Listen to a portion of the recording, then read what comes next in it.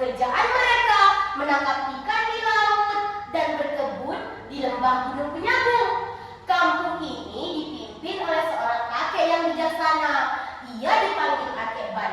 Suatu hari, ketika warga kampung pergi ke kebun, merapatlah sekawanan kapal bajak laut dari seberang. Bajak laut ini disebut lanon. Para lanon menuju kampung air asam. Melihat kampung yang sedang sepi, para lanon langsung menjarah rumah warga, mengambil harta benda, hasil pertanian, dan ternak warga. Setelah selesai merampok rumah warga, para lanon kembali berlayar menuju laut lepas. Ketika pulang dari kebun, alangkah terkejutnya mereka melihat barang-barang mereka hilang semua. Melihat ini, Kakek Ban pun langsung mengumpulkan warganya. Ia menjelaskan apa yang terjadi. "Wahai wargaku," kata Kakek Ban dengan tenang, "kita telah dirampok oleh para lanon dari seberang. Lihatlah barang-barang kita. Mereka ambil tanpa tersisa sedikit pun. Mereka ini sangat kejam dan serakah. Kita harus waspada dan siaga.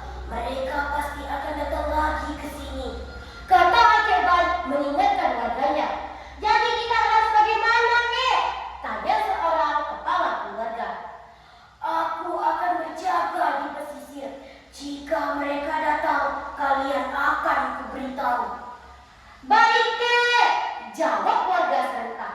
Warga pun pulang ke rumah masing-masing dengan perasaan cemas. Sejak kejadian itu, Kakek Ban merasa keamanan dan ketentraman warganya mulai terganggu. Esok harinya, Kakek Ban tidak pergi lagi ke kebun.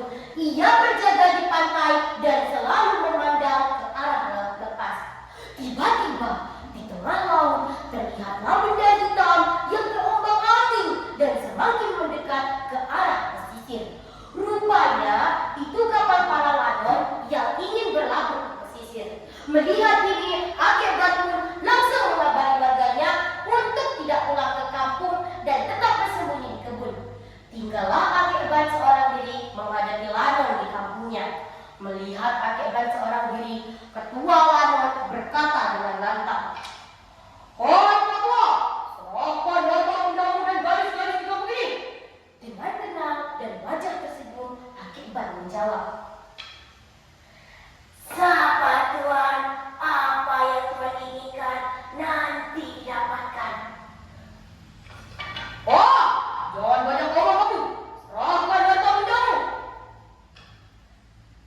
"Mari istirahat dulu di rumahku sambil menikmati makanan yang telah aku siapkan," jawab Kakek Ban tetap tenang dan ramah. Mereka pun pergi ke rumah Kakek Ban. Sambil menikmati ubi rebus dan air legit, Kakek Ban mengajak para lanon untuk berunding.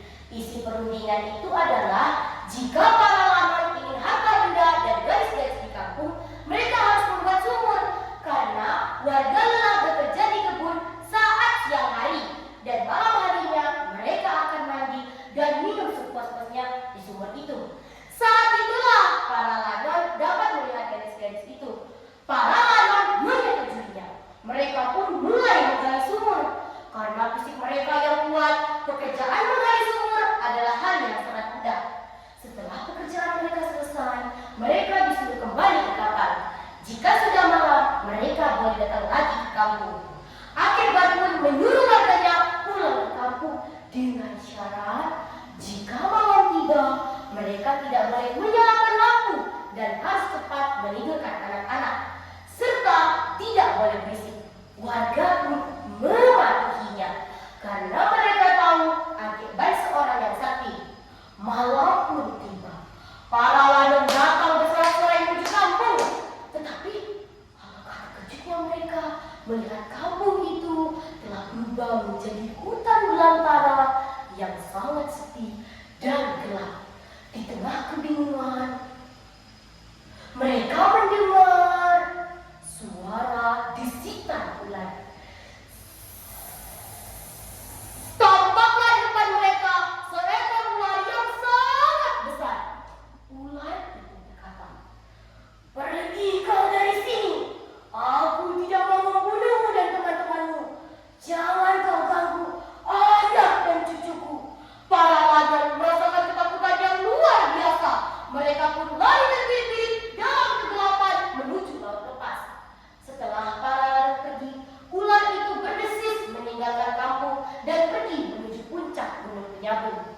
Sejak kejadian itu, Wan